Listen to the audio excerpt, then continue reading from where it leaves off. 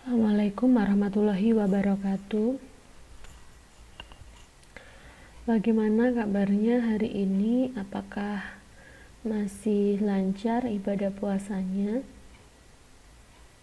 Alhamdulillah, jika masih berpuasa semua, semoga nanti puasanya lancar dan sampai ke Ramadan, ya, di hari terakhir.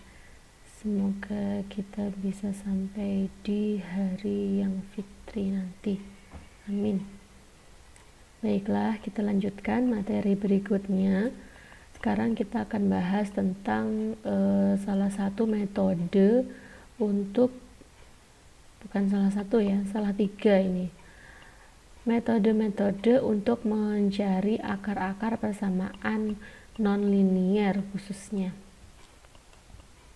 Jadi kita akan bahas metode tabel, grafik, dan biseksi atau metode bagi dua. Nah, kalau kita berbicara persamaan linier itu kan sudah biasa ya. Dari di tingkat sekolah dasar sudah tahu, sudah kenal apa itu persamaan linier. Nah, sedangkan untuk pengembangan ilmu pengetahuan yang lebih kompleks, misalkan persamaan pemodelan persebaran angin atau persamaan laju pertumbuhan apa misalkan, itu kita akan sering menjumpai yang ordernya itu lebih dari dua, yang ordernya mulai dari dua atau lebih dari satu.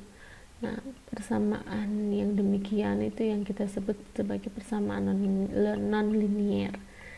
Jadi setiap persamaan yang memiliki order tidak lebih besar dari satu maka disebut linier.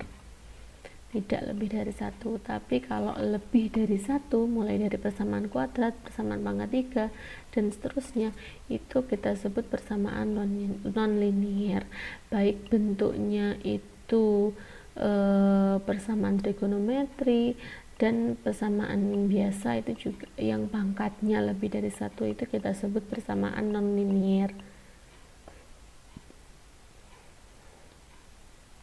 Coba sekarang saya tanya untuk mereview pemahaman kalian, apakah akar-akar suatu persamaan dari suatu fungsi X? Akar itu apa sih? Ada yang ingat? Kita mencari akar itu mencari nilai apa? Jadi nilai X yang membuat fx sama dengan 0 ya. Atau kalau kita berbicara pada diagram kartesius, kalau kita bicara pada bidang kartesius berarti nilai X yang membuat Y-nya sama dengan 0. Atau kita mencari titik potong grafik dengan sumbu X. Y-nya 0, jadi titik potongnya dengan sumbu X berapa? Itu yang kita cari, akar. Kemudian ini contohnya, berapa akar dari fx sama dengan e pangkat min x dikurangi x? Dengan analitis sulit ya, tetapi masih bisa diselesaikan dengan metode grafik. Kita tinggal masukkan, kita ambil misalkan x nya berapa. Kalau misalkan x nya 1, yaitu Euler number besarnya 2,718 sekian-sekian. Coba misalkan 2,718 di pangkat min 1 dikurangi 1, hasilnya berapa? Silahkan dihitung. Kalau x nya 1, ternyata nilainya dari grafik ini misalkan negatif 0,632. Kalau x nya 0, ini pangkat 0 dikurangi 0 berarti fx nya 1. Bilangan berapapun dipangkat 0 kan nilainya 1. 1 dikurangi 0 berarti fx nya 1. Kemudian kalau X-nya 0,2 ternyata ketemunya ini 0,6187. Kalau X-nya 0,3 ketemunya ini 0,4408. Nah, dari 4 bilangan ini kan kita bisa sketsa gambarnya, grafiknya seperti ini ternyata. Gampang kan, ini sudah biasa kan menggambar sama kita daftar pada tabel ini, metode tabel dan grafik. Kalau tanpa bantuan seperti ini tiba-tiba kita mencari akarnya itu kan sulit. Berbeda dengan berbeda dengan persamaan-persamaan linear atau persamaan kuadrat, kita bisa memfaktorkan atau pakai metode melengkapkan kuadrat sempurna atau yang kita kenal rumus ABC, itu kan gampang. Nah, ketika kita berbicara persamaan nonlinear,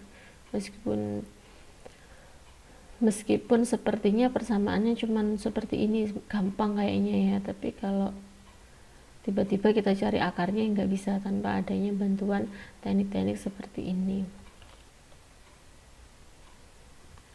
Jadi kalau kita rangkum itu sebenarnya ya, metode mencari akar persamaan itu ada dua, ada metode tertutup dan metode terbuka.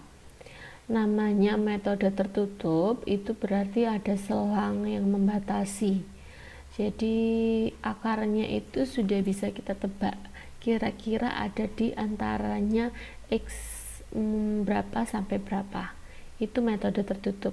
Kalau metode terbuka, nah ini kita tidak perlu menentukan nilai awal atau nilai selang X, tidak usah kita tentukan, namanya metode terbuka. Metode tertutup sendiri dibagi menjadi 3. Ada metode ini grafik dan tabel, anggaplah satu metode ya. Kemudian metode biseksi atau bagi 2. Yang ketiga metode regula falsi. Yang metode regula falsi kita bahas minggu depan. Sedangkan metode terbuka itu ada 2, yaitu metode secant dan metode Newton-Raphson. Ini juga akan kita bahas di pertemuan selanjutnya. Metode tertutup atau akolade. Metode terkurung karena membutuhkan 2 tebakan awal untuk menentukan akar suatu fx. Seperti yang saya katakan tadi, harus ada nilai awal. Jadi X-nya dari berapa sampai berapa. Itu yang untuk membatasi perkiraan akarnya ada di antara 2 nilai itu. 2 tebakan harus mengapit akarnya, berarti harus ditentukan sebelum akar dan setelah akar, jelas ya. Dalam metode akolade, grafik fungsi harus digambar secara kasar. Ya, ini kita sketsa grafiknya sehingga kita bisa menentukan akarnya nanti di X sama dengan berapa. Metode paling sederhana untuk memperoleh tafsiran akar suatu fx dengan membuat grafik ya, metode grafik dari fungsi tersebut dan kemudian mengamati berapa nilai X yang menyebabkan fx berharga 0 atau nilainya 0. Jika selang dari tiap perubahan nilai X ditentukan semakin kecil, maka akan menghasilkan nilai yang semakin teliti. Nah, kita lihat ini ada contoh fungsi fx sama dengan E pangkat X min 2 min X kuadrat. Nah, sambil dibuka kalkulator HP atau kalkulator beneran, coba dihitung 2,718 pangkat X. Kita mulai, X-nya di sini diketahui X0-nya 0,5, X1-nya 1,5. Jadi selang tertutupnya antara 0,5 sampai 1,5. Kalau kita buat selangnya menjadi 0,5, berarti kita hitung fx-nya untuk X sama dengan 0,5, X sama dengan 1, dan X sama dengan 1,5. Nah, ternyata untuk X ini ya, untuk X 0,5 hasilnya negatif 0,601. nih di sini misalkan. Kemudian untuk X sama dengan 1, min 0,2. Untuk X sama dengan 1,5 ketemunya positif, ini 0,23169. Nah, berarti akarnya itu lebih dari 1 kurang dari 1,5. Ini ketika kita memakai selang 0,5. Coba dengan soal yang sama kita cari, kita gunakan selang yang lebih kecil. Nah, kalau dari gambar ini berarti akar yang kita ambil adalah berapa? 1 atau 1,5. Ya, kita lihat nilai fx-nya yang lebih mendekati 0 yang mana. Ini kan negatif 0,28, yang ini 0,23. Yang lebih mendekati 0 yang 1,5. Jadi kita ambil akarnya adalah 1,5 kalau pakai selang 0,5. Nah, sekarang coba dilihat ketika kita menggunakan selang yang lebih kecil 0,25, berarti X nya berapa saja? 0,5, 0,75, 1, 1,25, dan 1,5. Fx nya silakan dimasukkan ke persamaan yang tadi, E pangkat X min 2 min X kuadrat, ketemunya nilai fx nya sekian. Nah, dari sini kan kita terbaca lagi nih, yang paling dekat dengan 0 itu nah 1,25 atau 1,5 yang akarnya paling lebih dekat dari 0. Jelas yang ini ya, negatif 0,072, berarti akarnya yang kita ambil adalah 1,25. Nah, ini lebih teliti karena selangnya lebih kecil, ini lebih mendekati 0. Semakin mendekati 0 berarti akar kita itu semakin sempurna. Ini selangnya diperkecil lagi menjadi 0,2. Silakan dicoba sendiri. 0,2 dihitung ini semua, cocokkan hasilnya benar enggak. Silakan pakai alat bantu hitungnya. Ternyata yang paling mendekati 0 adalah ini, negatif 0,02070, berarti akarnya yang kita ambil adalah 1,3.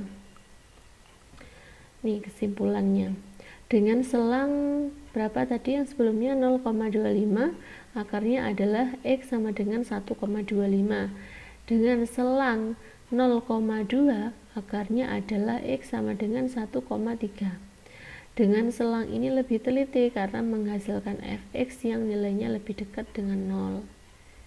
Yang tadi kan pakai selang 0,25, fx-nya min 0,07 ya. Kalau yang ini min 0,02, jadi ini lebih dekat dengan 0. Maka akar yang kita putuskan adalah 1,3 yang kita ambil.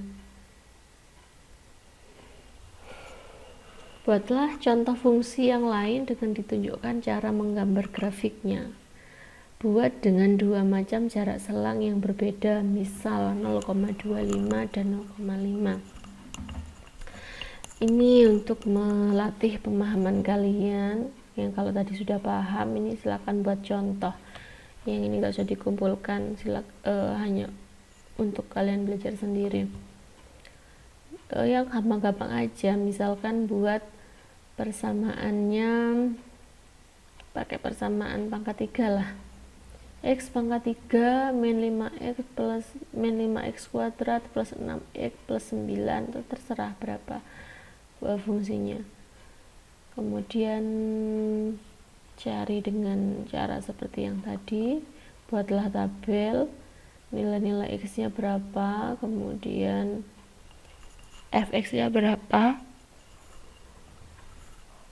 sambil di sketsa grafiknya. Silakan dicoba. Nah, berikutnya metode biseksi atau metode bagi dua.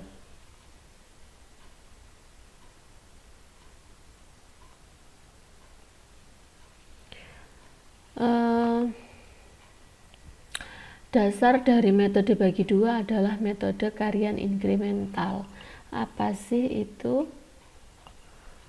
Jadi, proses dimulai dengan menentukan sebuah interval di mana fungsi tersebut bertukar tanda.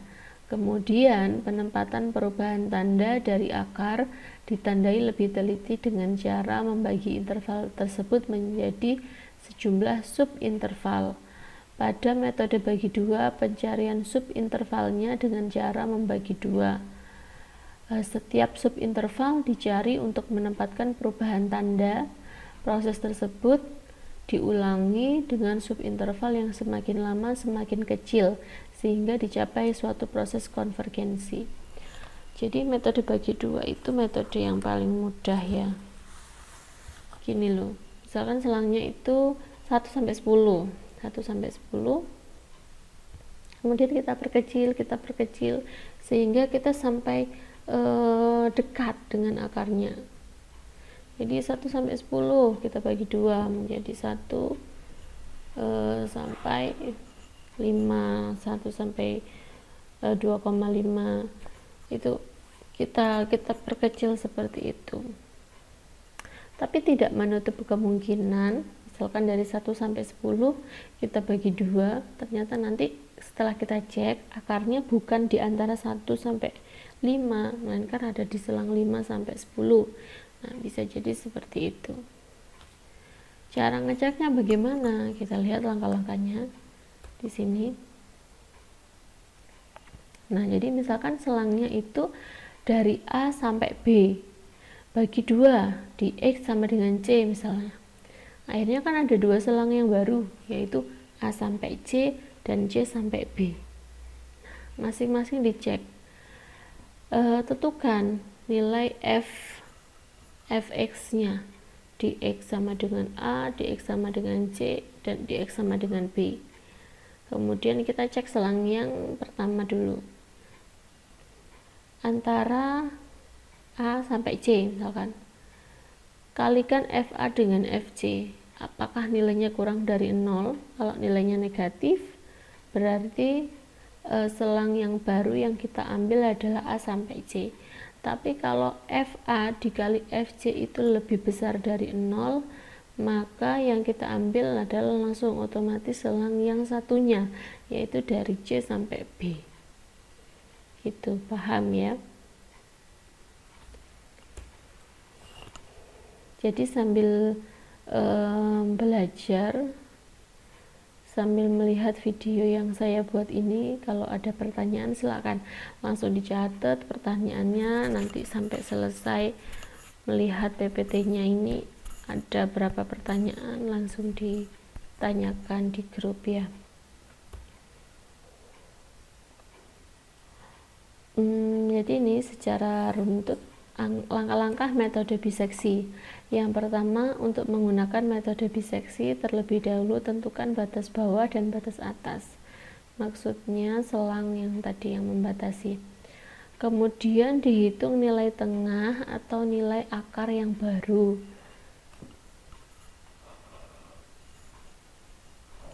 Untuk menghitung nilai tengah, misalkan C berarti batas bawah akar ditambah batas atas dibagi 2. Jadi kalau kita misalkan tadi A dan B, maka A plus B dibagi 2. Dari nilai C ini perlu dilakukan pengecekan keberadaan akar secara matematik. Suatu range terdapat akar persamaan bila FA dan FB berlawanan tanda, atau dituliskan FA dikali FB kurang dari 0, maka kita bisa melihat sehingga akarnya ada di A sampai B atau tidak. menentukan daerah yang berisi akar fungsi. Ini ya. Jika Z merupakan akar fungsi, maka fx kurang dari Z dan fx lebih dari Z saling berbeda tanda.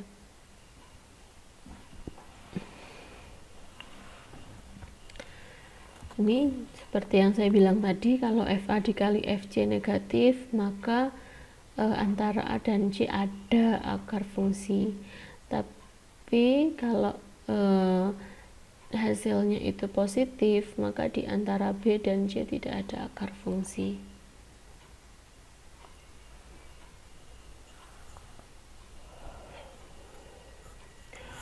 Kemudian prosesnya itu berhenti sampai kapan? Iterasi itu akan berjalan terus sampai kapan?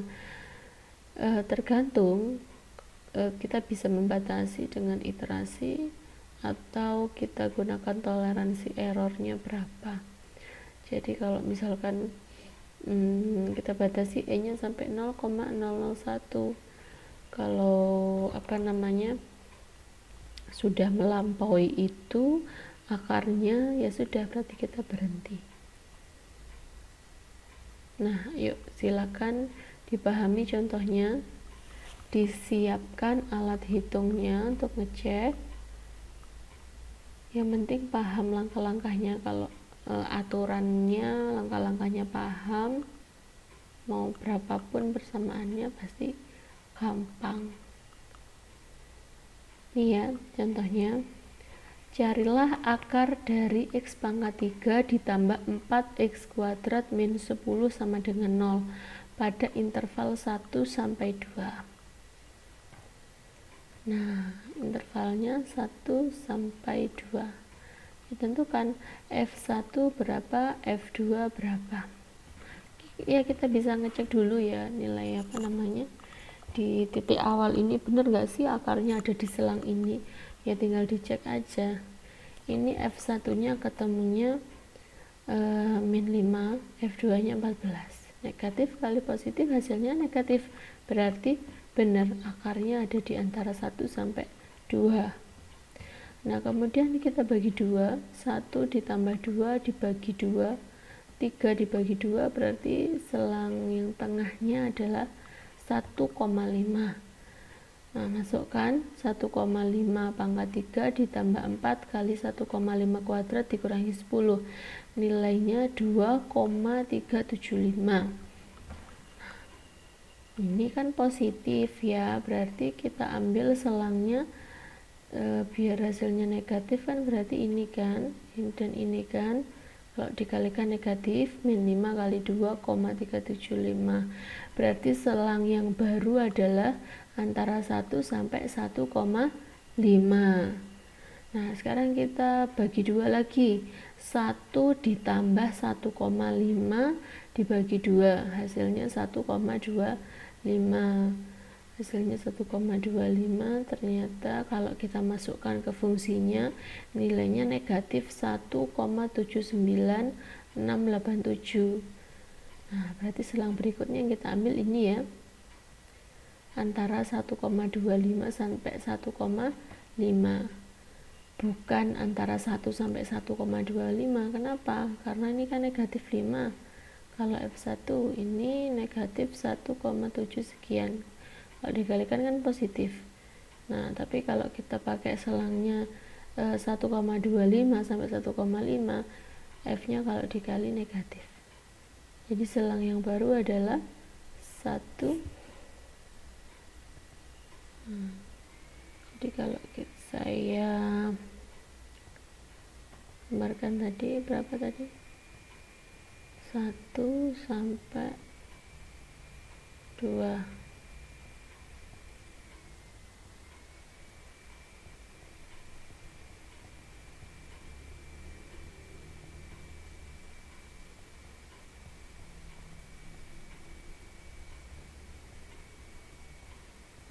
Nah, di iterasi yang pertama tadi kita peroleh ada di sini kan, ada di sini. Kemudian di iterasi yang kedua kita peroleh antara 1,25 sampai 1,5. Nah, ini di selang yang kedua. Nah, di iterasi yang kedua, iterasi berikutnya berarti kita tentukan ini berapa batasnya, yaitu 1,25 ditambah 1,5 dibagi 2, hasilnya 1,375.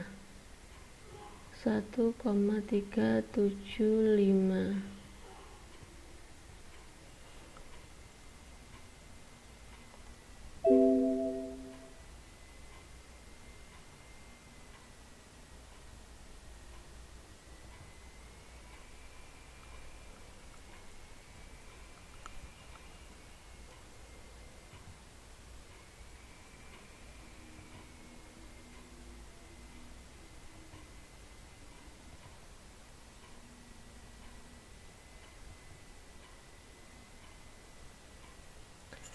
Gitu ya.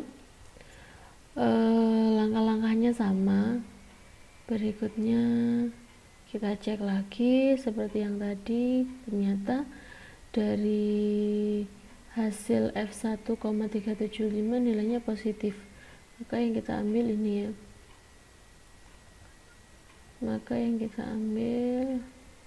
ini kan hasilnya negatif kalau dikalikan, berarti interval yang baru adalah antara 1,25 sampai 1,35.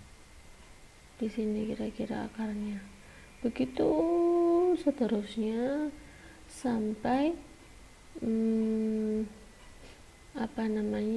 nilainya sangat mendekati 0. Yang diminta tadi ini pakai iterasi ya. Ini dibatasi dengan iterasi ke 10. Iterasi ke 10, 1, 2, 3, 4, 5, 6, 7, 8, 9, 10. Nah, berarti ini sudah iterasi ke 10, berarti kita berhenti. Kemudian akarnya adalah ini adalah akarnya, nilai x nya, ini nilai fx nya. Paham ya sampai sini?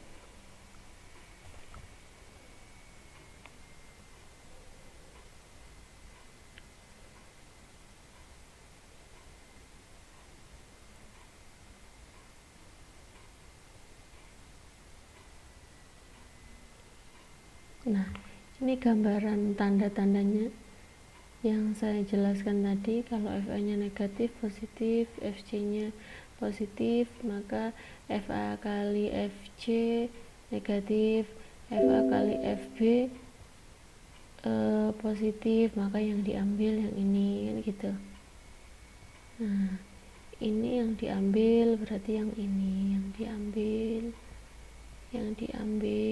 ini yang negatif kan, yang diambil. Nah, gitu.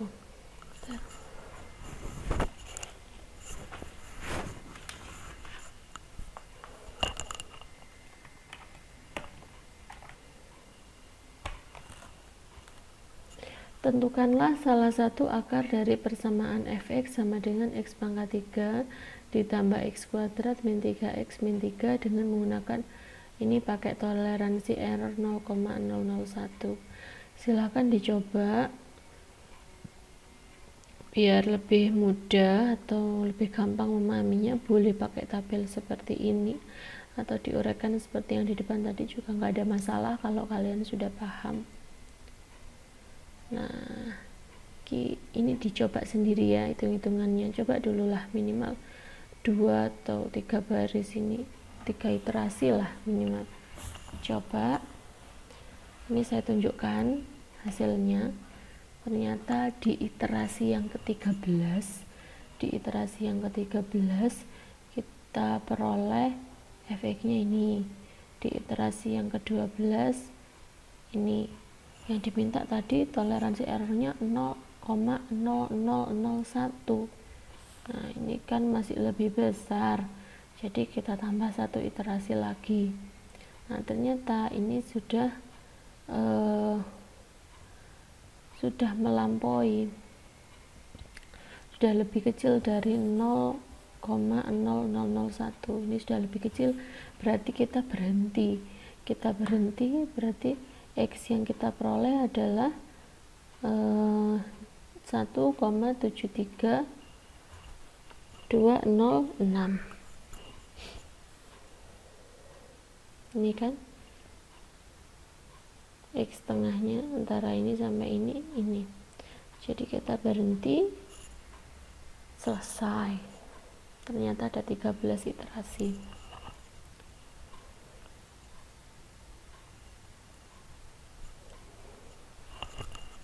Jadi ini ya catatannya. Untuk menghentikan iterasi dapat dilakukan dengan menggunakan toleransi error atau iterasi maksimum. Biasanya di soal sudah ditentukan mau dibatasi pakai toleransi error atau iterasi maksimum. Dengan menggunakan metode biseksi dengan toleransi error semakin kecil toleransi errornya, maka semakin besar jumlah iterasi yang dibutuhkan. Otomatis ya.